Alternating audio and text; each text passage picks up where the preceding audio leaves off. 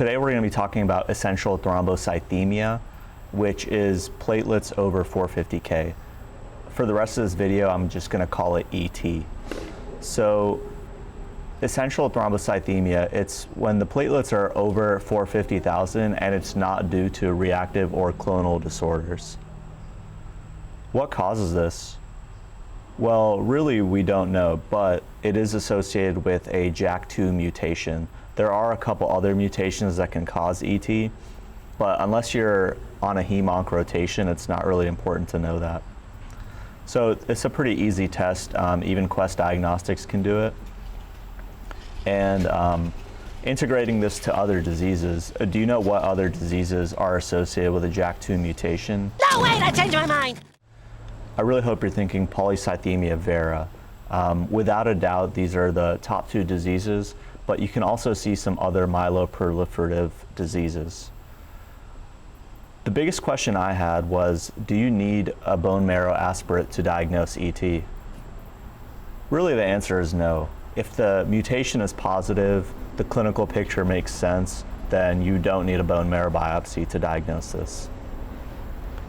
If you did do a biopsy, let's say you were trying to exclude some other disorder that you suspected, you would see these megakaryocytes.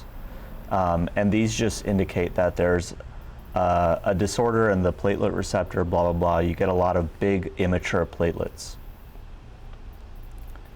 So who does this happen to? Mainly this happens to older adults. The median age at diagnosis is about 60. Although you have to keep in mind that 20% of your patients will be diagnosed much, much earlier. This will typically be picked up on lab findings. This is not going to be a symptomatic disease for the most part. So the differential diagnosis in ET is really important. I can do this. The main one you want to think about is reactive thrombocythemia. And what that is, if you think about something like iron deficiency anemia, where the body is making lots and lots of blood cells, in doing so, it's upregulating the stem cells that blood cells come from. In that process, you're going to get a lot of platelets as well, just kind of as a collateral. So you want to rule out iron deficiency, and this can also be seen in chronic inflammatory disorders, for example, sarcoidosis, rheumatoid arthritis, lupus, etc. And also you want to exclude proliferative cancers. The main one you want to check for is chronic myeloid leukemia, so you would check for the BCR-ABL mutation. And just as a reminder, that's a translocation of the 9 and 22 chromosomes. So what are some complications that can happen from this disease? Really the main one that we care about is stroke. So we don't want our patients to get a stroke.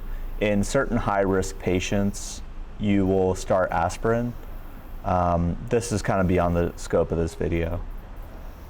You can also get something called erythromelalgia. So you might have heard of this in the context of polycythemia.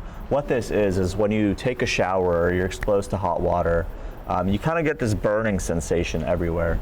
So aspirin can really help treat this. So besides stroke and erythromelalgia, a couple of the other diseases a couple of the other complications you want to be aware of. Definitely acute coronary syndrome, digital ischemia. So if one of the fingers or toes turns black, you can also get a splanchnic vein thrombus. So let's say someone suddenly gets a very sharp abdominal pain, or they get bloating in their stomach. So you definitely want to keep this in mind. So how do we treat ET?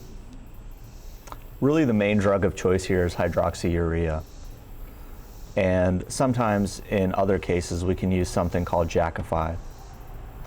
So really one of the big takeaways is that patients who are compliant on their hydroxyurea will have an elevated MCV. So when you see that, you don't want to automatically think, oh, I need to recheck B12 and folate. Check the red blood cell count, but also keep in mind that hydroxyurea causes this. There are some other medications that can cause an elevated MCV, but this is really the main one. The good news is with hydroxyurea and Jakafi, this disease does not shorten survival. So people live a pretty much a normal life. They just need their platelets checked every now and then. So just in summary, platelets over 450K, JAK2 mutation, older adults, look out for stroke, look out for ACS, look out for pain. You want to monitor this and make sure it doesn't turn into leukemia, and you want to treat with hydroxyurea. Patients compliant on hydroxyurea will have an elevated MCV. Thank you, guys.